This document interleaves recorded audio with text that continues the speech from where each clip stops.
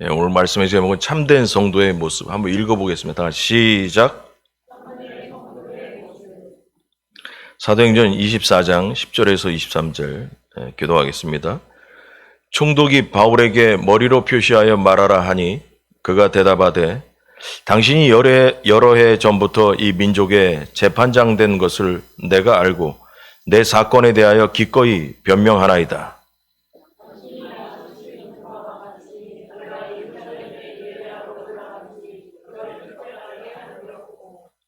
그들은 내가 성전에서 누구와 변론하는 것이나 회당 또는 시중에서 무리를 소동하게 하는 것을 보지 못하였으니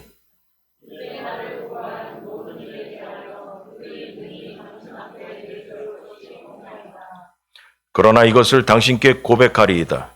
나는 그들이 이단이라 하는 도를 따라 조상의 하나님을 섬기고 율법과 선지자들의 글에 기록된 것을 다 믿으며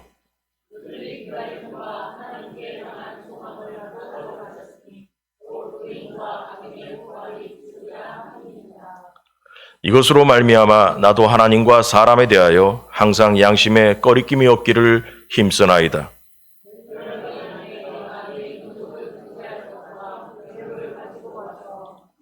드리는 중에 내가 결례를 행하였고 모임도 없고 소동도 없이 성전에 있는 것을 그들이 보았나이다. 그러나 아시아로부터 온 어떤 유대인들이 있었으니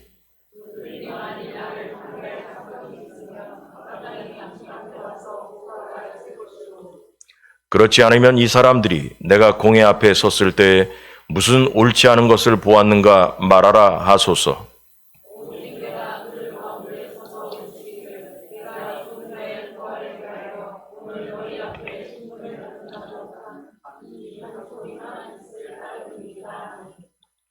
벨릭스가 이 도에 관한 것을 더 자세히 아는 고로 연기하여 이르되 천부장 루시아가 내려오거든 너희를 처결하리라 하고 백부장에게 명하여 바울을 지키되 자유를 주고 그의 친구들이 그를 돌보아 주는 것을 금하지 말라 하니라. 아멘. 예루살렘을 지금까지 있었던 일을 짧게 얘기하면 예루살렘을 바울이 잡힐 걸 알면서도 예루살렘을 방문하게 됐습니다. 그래서 방문한 바울은 지금 여기 나오는 사람들 중에 보면 18절에 보면 아시아로부터 온 어떤 유대인들이 있었으니 그들이 만일 나를 반대할 사건이 있었으면 마땅히 당신 앞에 와서 고발하였을 것이오. 근데 이 아시아로부터 온 어떤 유대인들이 사도 바울이 예루살렘 성전에서 소란을 일으키고 또 그 안에 이방인을 데리고 성전 안에 들어갔다는 등 이런 자세히 알지도 못하는 일들로 문제 제기를 해서 결국은 성에 소란이 났고 사도 바울이 소란을 일으킨 게 아니라 그들이 소란을 일으켰던 장본인들이었습니다. 그래서 소란이 나서 이것을 알게 된 예루살렘 성에 있던 그 천부장은 바울을 군인들이 있는 영내로 붙잡아 놨죠. 그리고서 붙잡아 놓고 보호하고 있었습니다. 그런데 사도 바울의 조카가 바울에 대한 암살 계획이 있다는 것을 알고 정보를 알려주자 그 말을 들은 천부장은 사도 바울을 총독이 있는 옆 도시의 가이사라라는 곳에 바울을 밤에 몰래 빼돌리게 됩니다.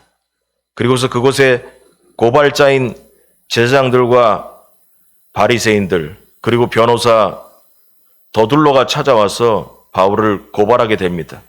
이 고발 내용을 듣고서 이제 총독 벨릭스는 사도 바울에게 오늘 본문에 오면 이제 네가 얘기해라. 지난주는 그 제사장 고발자들이 와서 그 변호사인 더둘러라는 사람이 이제 사도 바울에 대한 문제 제기를 하게 됐고 그 사람 얘기가 끝나고 나니까 오늘 10절에 보니까 이렇게 총독이 바울에게 머리로 표시하여 말하라 하니 그가 대답하되 그러면서 사도 바울이 자기 자신의 입장에 대해서 이렇게 설명을 하게 됩니다. 그래서 이 기회를 통해서 바울은 자기 보고 얘기하라는 이 기회를 통해서 자기를 변호하고 자기가 믿는 신앙을 변증하며 예수님의 부활을 전하게 됩니다. 잡혀와서 자기를 변론하는 이 와중에도 사도 바울은 오로지 복음을 어떻게 해서든지 전하려고 궁리하면서 변론을 하게 됩니다. 사도 바울은 때를 얻든지 못 얻든지 간에 말씀을 전파하면서 참된 그리스도인의 모습을 보여주었습니다. 오늘 우리가 신년 초를 맞이했지만 이 사도 바울의 이 모습을 보면서 사도 바울이 감옥에 갇혀서 지금 자신을 변론해야 되는 입장에 있을 때에도 자기의 미래가 어떻게 되든지 말든지 간에 틈나는 대로 복음을 전하려고 하는 이 모습을 보면서 우리도 오늘 한 해는 어떤 상황에서도 복음을 전하려는 참된 성도가 되길 주의 간절히 축원합니다. 오늘 이 사도 바울의 변론을 보면서 그리스도인이 세상에 살면서 어떠한 모습으로 살아야 되는 것인가, 그거에 대해서 본문을 통해 은혜를 나누고 합니다. 1번, 우리는 소요를 일으키는 자들이 아닙니다. 다 같이 시작. 네, 다시 한번 시작.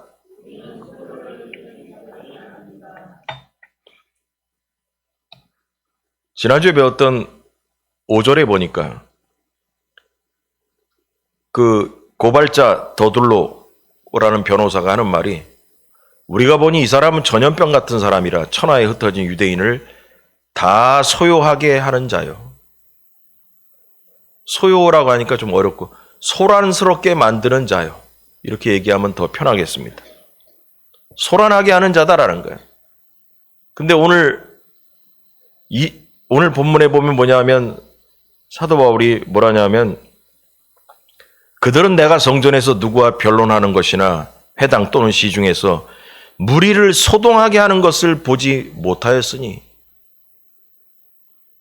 그 더둘로라는 변호사는 하는 말이, 사도 바울은 천하에 흩어진 모든 유대인을 다 소요하게 하는, 소란케 하는 자라라고 얘기했지만, 사도 바울은 자신은 내가 성전에서 누구와 변론하는 것이나 회당 또는 시중에서 무리를 소동하게 하는 것을 보지 못했을 것이다.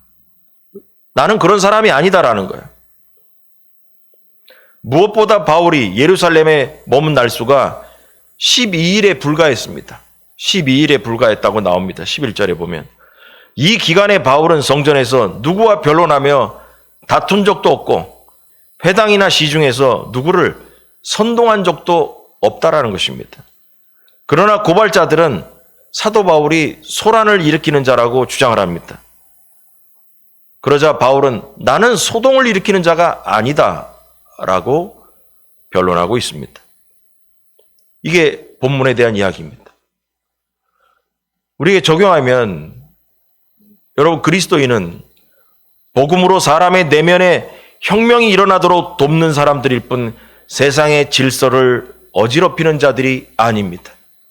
세상을 소동케 하는 자들이 아닙니다. 세상의 질서를 무너뜨린 자가 아니라는 것을 여러분 잘 알아야 됩니다. 성도는 세상의 질서를 지키는 자가 돼야 됩니다. 중요한 얘기하는 거예요.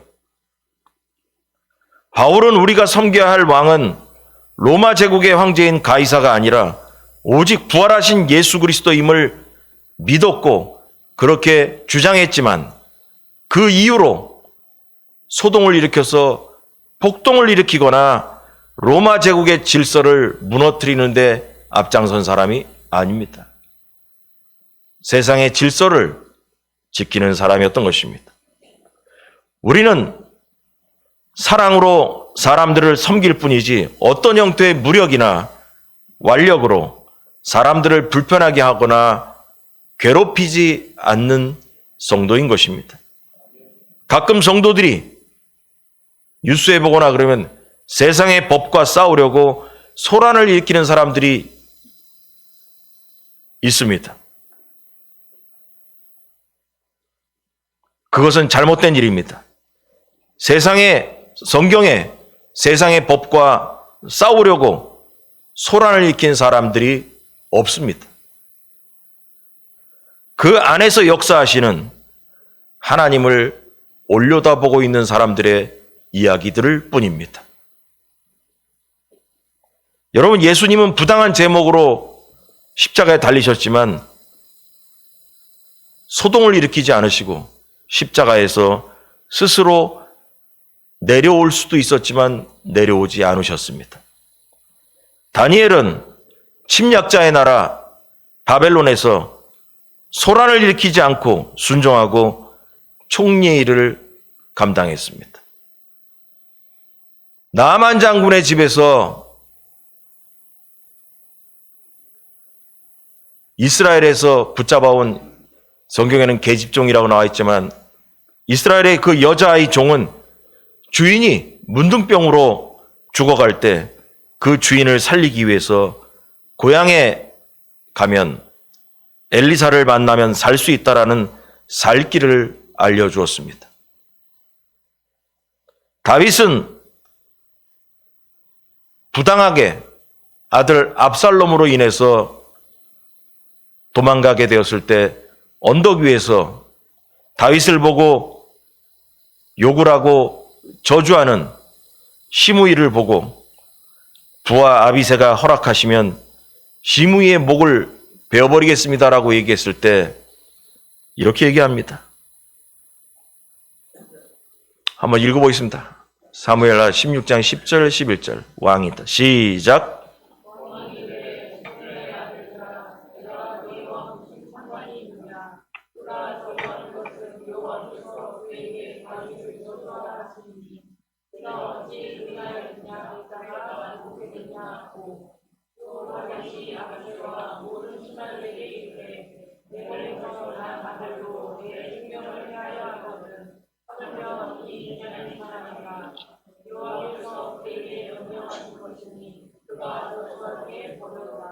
아멘. 다윗의 결론은 여호와께서 허락하신 일이라는 것입니다. 세상의 모든 일이 다는 아니겠지만 여호와의 허락하심 속에서 일어나는 일들인 것입니다. 왜냐, 하나님은 주권자이시기 때문입니다. 하나님은 이 세상의 주인이시기 때문입니다. 하나님께서 허락하신 일이므로 하나님께서 풀어내셔야 하는 것입니다. 여러분, 이것을 잘 분별해야 되는 것입니다. 그래서 그리스도인은 세상을 소란케 하는 것이 아닙니다. 내가 부당한 일을 당했다 할지라도 소란케 하는 사람들이 아닙니다. 하나님이 허락하신 겁니다. 하나님께서 풀어내실 것입니다. 그것이 그리스도인의 방법입니다. 그래서 그리스도인들이 세상을 소란케 하거나 그리스도인이면서 말을 이방인들처럼 아주 폭력적인 언어를 쓰거나 하는 이러한 모든 것들은 잘못된 삶인 것입니다. 여러분, 우리는 하나님의 성품을 잘 알아야 됩니다.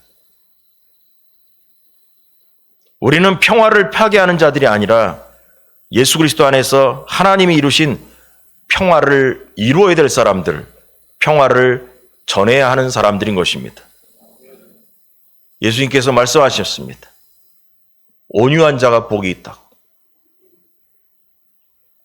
우리는 온유함으로 세상을 정복해야 되는 성도임을 믿으시기 바랍니다. 사도 바울은 얘기합니다. 나는 소욕해 하는 자가 아니다. 내가 불이익을 당하고 내가 모욕을 당하고 내가 오해를 당하고 있지만 나는 세상을 분란을 일으키는 자가 아니라는 것입니다. 이것을 우리의 삶에 적용해야 됩니다. 성경에 그 어떤 사람이 세상을 뒤집어 엎기 위해서 소란케 한 주인공들이 성경에 나오지 않습니다. 그 불편한 상황에서 하나님의 일하심이 나타났습니다. 이게 성경의 이야기들입니다. 그러므로 우리가 이 땅에 살면서도 우리는 이 세상의 질서를 무너뜨린 자들이 아니라 답답하고 질서가 나에게 힘들게 할지라도 불합리할지라도 그 속에서 하나님의 섭리를 따라가는 자, 그 자가 바로 참 성도인 것입니다. 믿으시기 바랍니다. 두 번째로 우리는 양심이 있어야 합니다. 다 같이 시작. 다시 한번 시작.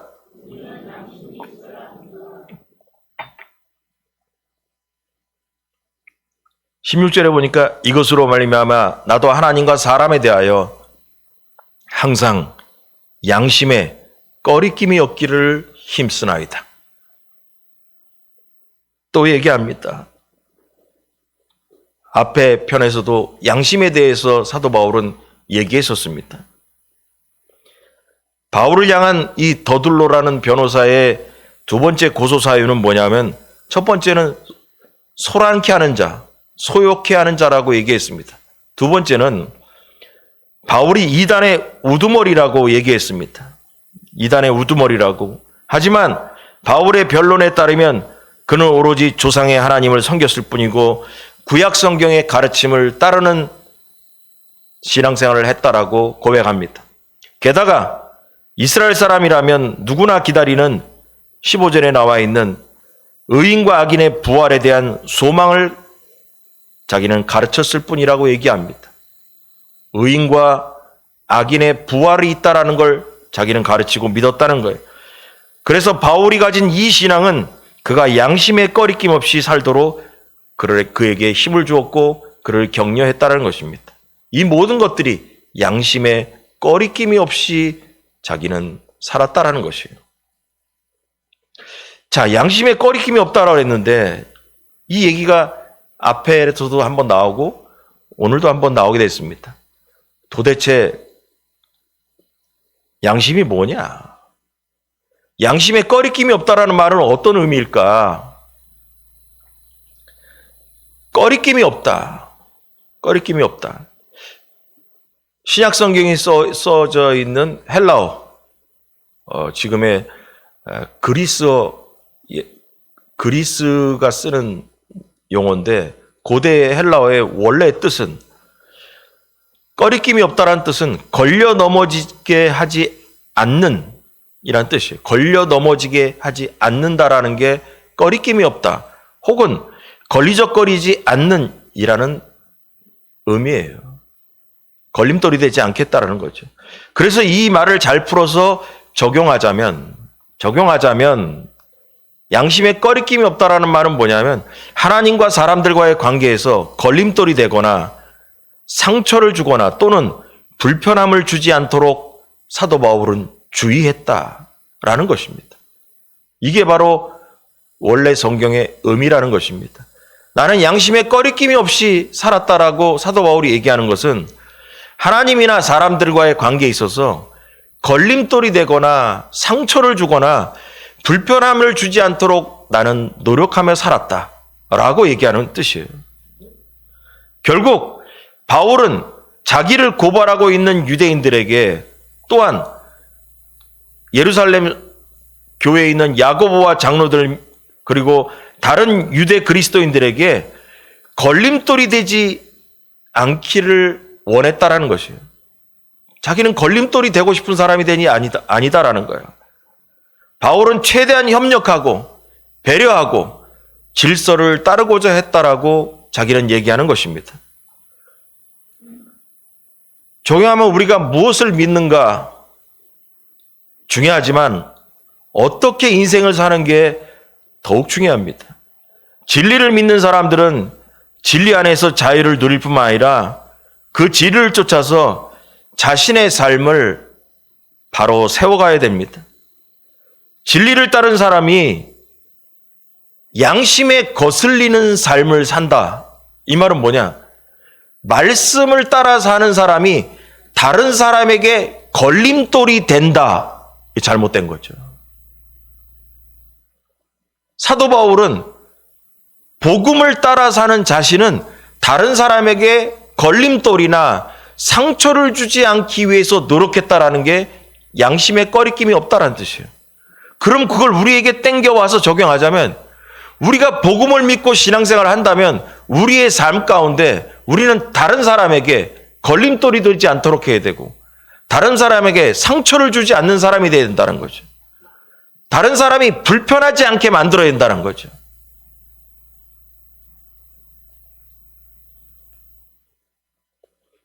이것이 바로 참 성도의 모습이다라는 거예요. 그래서 진리를 따라 사는 사람은 양심을 따라 사는 사람이고 본문으로 얘기하면 양심에 꺼리낌이 없는 사람이라는 것입니다. 여러분, 다른 사람에게 해를 끼치는 신앙생활은 바로 양심이 없는 신앙생활인 것입니다. 이게 오늘 본문의 원어의 뜻입니다. 다른 사람에게 해를 끼치는 신앙생활, 그거는 잘못된 신앙생활이다. 참성도의 생활이 아니라는 것입니다. 자, 마지막으로 우리는 부활의 소망이 있습니다. 다 같이 시작.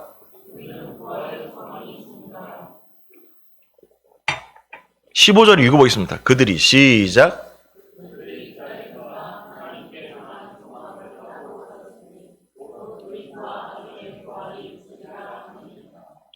예. 지난번 앞절에서 앞에 편에서 배운 바에 의하면 자기는 부활에 대해서 얘기를 했던, 자기는 부활을 믿는다라고 사도 바울이 얘기했더만 거기에 있던 바리새인과 사두개인이 자기들끼리 그냥 논란이 벌어져가지고 논쟁이 있어가지고 소란이 났다라고 우리가 배웠었습니다. 이 더둘로라는 변호사는 고발을 하면서 마지막으로 바울이 성전을 더럽혔다고 그를 고소했고, 하지만 바울은 내가 언제 더럽혔냐 반박합니다. 그러면서 계속 오늘 읽은 18절 그런데 보면은 바울이 예루살렘을 방문한 것은 구제 헌금을 전달하러 왔다. 이방 교회를 다니면서 교회 개척한 데서 그 구제 헌금을 걷어서 예루살렘 성전에 구제금을 전달하려고 자기는 왔고, 그리고 성전에서 결례를 행하면서 제물을 드리기 위해서 자신이 왔다라고 설명을 했습니다. 성전을 더럽히기는커녕 성전에서 이스라엘 백성이 하나님을 영화롭게 했던 거룩한 제사를 본인이 드렸습니다. 다만 사두개인들이 부정하는 부활신앙을 믿고 전한 것이 갈등의 원인이 돼가지고 그 말이 많아지게 됐습니다. 사두개파 사람들은 부활의 신앙이 없어요. 부활을 안 믿겠다는 거죠. 그래서 부활을 믿는 정통파하고 사두개파 사람들이 바울 앞에서 나는 부활을 믿는다 했더만 자기들끼리 말다툼이 나게 됐죠. 이게 갈등의 원인이었어요. 그러나 사도 바울은 얘기합니다. 나는 하나님께 향한 소망이 있는데 그 소망이 뭐냐? 의인과 악인의 부활이 있다라는 것을 자신 소망을 갖고 있다라는 것입니다. 우리에게 적용하면 우리도 바울처럼 예수 그리스도의 부활을 굳게 믿는 사람들입니다. 믿습니까, 여러분? 우리는 이 땅에서의 삶이 전부가 아니라고 믿습니다. 죽음 후에는 영생 혹은 영벌이 있다라는 것을 믿고 있습니다. 그래서 여기 나온 대로 의인의 부활이 있고 악인의 부활이 있잖아요. 여러분, 의인이나 악인이나 다 부활합니다. 의인만 부활하는 게 아니에요. 의인의 부활은 영생의 부활이고 악인의 부활은 영벌의 부활입니다. 영원한 벌. 의인은 영원한 생명, 영생이죠. 영생의 부활로 천국 가는 게 바로 영원한 생명을 얻는 부활이죠. 악인은 영벌, 지옥 가는 게 바로 영원한 벌의 부활로 가는 것입니다.